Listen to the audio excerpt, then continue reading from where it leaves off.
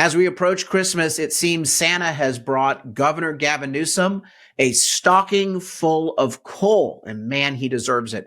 Plus, a really bad setback for solar customers in California. We got it all coming up right now.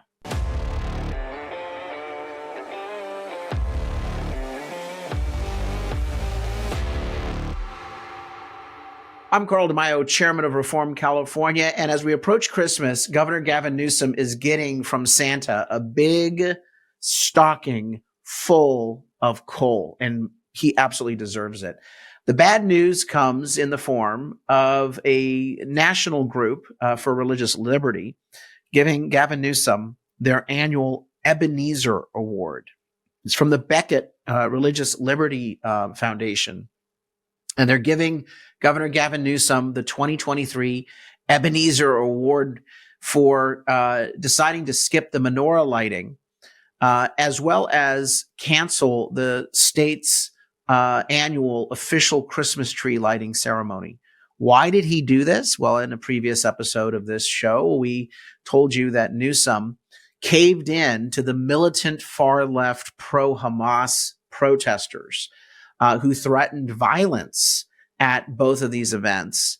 And it's shameful that our governor basically rewards terrorists. These are political terrorists, but they're standing with actual terrorists in the Middle East, the Hamas group, and their atrocious attacks against Israel. Governor Gavin Newsom rewarded bigotry and hate. And of course, our state's corrupt liberal media refuses to call him out for it. We called him out on this show, but we saw very scant coverage of the cancellation of the December 6th annual Christmas tree lighting ceremony, all because he caved into these pro-Hamas protesters who said they were going to disrupt the event.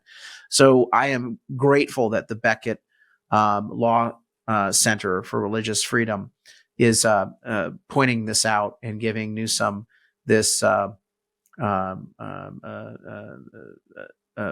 recognition. The Ebenezer Award. And of course, the previous Ebenezer Award winners, and this is the group now, this is the category that Newsom gets to hang out with, and he so richly deserves it. Previous award winners were, in previous years, the American Humanist Association, which tried to stop schools from sending care packages to children in need. The Department of Veterans Affairs, which banned employees at its Salem, Virginia facility from saying Merry Christmas to veterans. And of course, the University of Minnesota, which banned campus holiday colors, Santas, bows, dreidels, and even wrapped presents. These people are nuts, by the way. And Newsom so richly deserves his association with these other nutballs. Another bad bit of coal from Santa this week comes in the form of a federal judge striking down one of Newsom's gun-grabbing laws. Newsom backed and promoted a revised law to ban the concealed carry permit right of Californians. It would ban carrying firearms in public places. Now, this is a law that Newsom and the California Democrats passed, despite the fact that the U.S. Supreme Court has repeatedly ruled against the contents of the law. The Supreme Court issued the Bruin decision, a number of other court cases as well, that said that the concealed carry rights of Americans under the Second Amendment are not to be infringed upon, not to be abridged, unless government has an absolute specific individual reason that someone is dangerous and cannot have a firearm. You can't blanket just take people's concealed carry rights away. What's truly appalling about what Newsom is doing is not just the fact that he's a gun grabber and hates the Second Amendment and doesn't want us to have the Second Amendment right of self-defense. It's the fact that he is wantonly violating the law. He is wantonly infringing on your constitutional freedoms and your civil rights. You see, when a Supreme Court decision is as crystal clear as the decisions have been on the Second Amendment in the past 10 years, and particularly as it relates to concealed carry rights, and yet you have a politician and a state legislature that knowingly violates those decisions, breaking the law intentionally. You've got, I believe, gross negligence. You've got someone who has abused their power.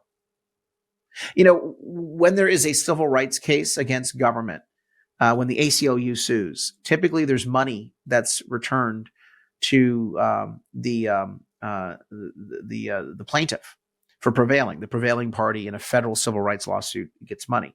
And in these cases, by the way, the plaintiffs will receive compensation, and their attorneys will have their bills fully covered by you, the taxpayer. So this is a wasteful exercise. But typically, in civil rights cases, federal civil rights cases, judges have the ability to basically issue an injunction against the government from continuing to abuse civil rights. And so I think in this case, we are now at the point where we have seen the abuse of power by people like Governor Gavin Newsom and Attorney General Rob Bonta. I believe at this point that the plaintiffs need to ask not just for an injunction against the specific law that they are challenging. I think at this point we need an injunction against the governor and the legislature from passing additional laws that go outside of the Supreme Court's decision. I think we need to put them in receivership as it relates to the issue of the Second Amendment, because there is no Supreme Court ruling that they are willing to respect and follow. I know that that's an aggressive position. I totally get it. But we see the game that's happening here, right? Newsom and the legislature pass unconstitutional laws knowing that they're going to be struck down, but they're doing it because they know that in the interim, you and I don't have our freedoms. We have to hire a lawyer, file a suit, pay a bunch of money up front, go through the courts, hope we get a decision, and it might be 2 or 3 years later. And remember, the Supreme Court gets like 3,000 cases a year and only has the bandwidth, the docket ability, the time to deal with about 150 cases. So a lot of cases that are important, a lot of laws that are illegal, the Supreme Court won't have the ability to strike down because they have such a big demand on their docket. That's part of what's driving this by Newsom and the California Democrats, of wantingly, knowingly, repeatedly infringing on our rights with bad laws. So I think that the only solution is going to be, we're going to have to go beyond just challenging the laws and actually ask judges for remedies that would put some sort of receivership or consent decree or some sort of authority. I know it's asking a lot, but hey, we should start talking about the pattern of abuse of power in California. Governor Newsom issued a statement in response to his bag of coal as it relates to the judge's ruling. He says, California will keep fighting to defend our laws and enshrine a right to safety in the Constitution. Well, to defend your laws, you mean you're going to defend breaking the law and violating constitutional rights. I mean, I have no doubt that you're going to continue that bad behavior, Mr. Governor. You're an asshat. We know that you are going to continue to be running afoul of our constitutional rights. That's the problem. We know that you're going to repeat this bad behavior. And look, if he says, oh, he's going to, fight to pass a constitutional amendment, well, there's a process for doing that. I oppose him 100%. But he's not just trying to amend the Constitution. He is violating the Constitution repeatedly. And that's the problem here. He says, defying common sense, this ruling outrageously calls California's data-backed gun efforts. And by the way, they don't have data to support their gun-grabbing laws. There's no data that suggests that their gun-grabbing laws save lives or somehow make people safer. And the idea that Governor Newsom is lecturing us on safety, but please, you've released tens of thousands of violent criminals onto the streets, Governor. You have taken tools away from law enforcement and prosecutors to go after the bad guys. So don't lecture us on safety. That's like the devil trying to give a lecture on biblical studies and being holy.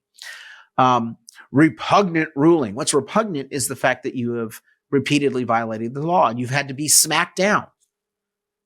You're the one that is in the bad position here. You're the one that is misbehaving. And no, there's no proliferation of guns at hospitals, libraries, and children's playgrounds. The bill that was struck down basically said you can't have concealed carry rights anywhere because it said when you're in a commercial building like someone's office or a shopping center, not a playground, not a library, but in a shopping center where many mass shootings have occurred, that you're not allowed to have a concealed carry permit unless you explicitly let the owner know and get their permission. And the owner has to like post something on the wall, which again is part of their effort is to create controversy. Post this notice on the wall. Again, that is why the law was overturned, is that it is so abusively restrictive. And so the media won't explain this, by the way. They'll just go with, oh, Newsom just wanted to take guns off of playgrounds. Just insane. Also, solar customers, just a heads up for you. The California politicians, which have been pushing you to invest in solar and generate electricity, that's, quote, green, although we've on previous shows gone into the fallacy that somehow solar and wind is greener than clean natural gas. It's not when you take a look at the net effects of the carbon footprint. But remember, solar customers were told that you're going to save a bunch of money. This is financially green in addition to being so-called environmentally green. Well, the big bait and switch occurred, and I told you it was going to happen. Solar customers are now going to get stuck with much higher costs than they were expecting. And a group of solar customers and solar companies brought a lawsuit against the Public Utilities Commission recently adopted rules which will require a variety of new charges and financial penalties on solar customers. Well, the liberal judges of the California courts system are upholding the Public Utilities Commission penalties on solar customers. 35-page decision handed down just this week said that the commission had the legal authority to do this. This is one of the things that I think creates an opportunity for us to reach out to Democrats and independents who may not be Republican. And they're all virtue signaling, so they probably were the first customers to get solar. Now they're getting hoisted on their own petard by these Democrat politicians, the bait and switch, because it's always been about money for these people. It's never been about the environment. That's the whole thing about this, is that they talk about green and saving the environment. But funny thing is that all of their proposals end up with them being able to raise your cost of living and get more of your money into their pockets. There's a pattern here. We need to watch it. And so these liberals and independents may actually be open to perhaps being part of a rebellion on this issue. I don't like it when politicians do a bait and switch. They shouldn't like it either. And so I think that this opens up a door, an opportunity for us. Again, I'm not a Green New Dealer. I guess I could sit back and kind of chuckle that these liberals that got solar are now getting punished by the same people that they voted to put into office. But I digress. I don't think that government should be taking more of your money, and the cost of living is already too high. So this is an unnecessary taking by government. And that's why at Reform California, we are supporting the California Taxpayer Protection Initiative, which will actually roll back a good percentage of these new charges that they're trying to put on solar customers. Go to the website, reformcalifornia.org, and help us out. Chip in a contribution so we can continue to fight these bad policies. I also want you to share this video, like and subscribe to this channel so you can continue to get updates on California news and politics. One last story I want to get to real quick, and that is the Lainey Kunalakis, who's also running for governor, a Democrat. She wrote a letter to the Secretary of State, a Democrat, who's in charge of certifying the candidates for the March 2024 primary here in California. And you know about the story we brought you yesterday, where Colorado took Trump off their ballot and said he's guilty of an insurrection, which is absurd. There's no legal justification for taking Trump off the ballot. But now in California, they're trying to justify taking Trump off the ballot because they're going to cite Colorado as the evidence and the legal justification. Again, citing a bogus, fatally flawed case that's going to be overturned to make another bogus decision in California. That is just quintessential Democrat thinking. It's also quintessential Democrat thinking to deprive Trump of his due process rights, because they're saying that they want to extract a 14th Amendment penalty on Trump without actually giving him a trial and charging him with insurrection. And of course, it's anti-democratic. They don't want voters to actually decide who should be president. Again, talk about election interference and election manipulation. You're seeing it right in front of our face. So anyway, back to this Yahoo, Eleni Kounalakis. She's running for governor. So of course she needs to grandstand on this issue. What does she do? She pens a letter to the Secretary of State, a Democrat, saying, you should not wait for the courts. Just go ahead and take him off the ballot. She releases the letter to the media. But talk about absolute karma. In her letter, she says that Trump is ineligible to run because there are only two ways to take someone off the ballot. They committed insurrection, or they're younger than 40 years old. Well, you actually can be 35 to 40 and still run for president. Apparently, they didn't even bother reading the Constitution. They spent too much time trampling it. So what is hilarious about this is that not only is she wrong on the law and the insurrection stuff, she is flat out wrong about people who are, running for president have to be 40 years or older. It's actually 35. Again, this is the sort of romper room misfit culture that we're dealing with these Democrats. They are wrong on the law, and they are abusing their position and trying to deprive you of your right to vote for who you want to vote for. Again, at Reform California, we are leading the fight to try to restore some sanity in our state with our voter guide, with our news, with our videos. We are trying to bring some balance back to our political system, but we can't do that without your help. So please share this video, like this video, comment below so we can goose the algorithm, and throw in a contribution at reformcalifornia.org. Until next time, Carl DeMaio, Chairman of Reform California. Help us break through the censorship of the liberal media. Like this video, subscribe to this channel, and smash that notification button so you can stay up to date on all the developments in California news and politics. Also, please visit the website, reformcalifornia.org, for ongoing news coverage and to join one of our campaigns in the fight to take back our state. If you can, please sign up as a volunteer or chip in a contribution. This episode of Reform California with Carl DeMaio, paid for by Carl DeMaio for State Assembly 2024.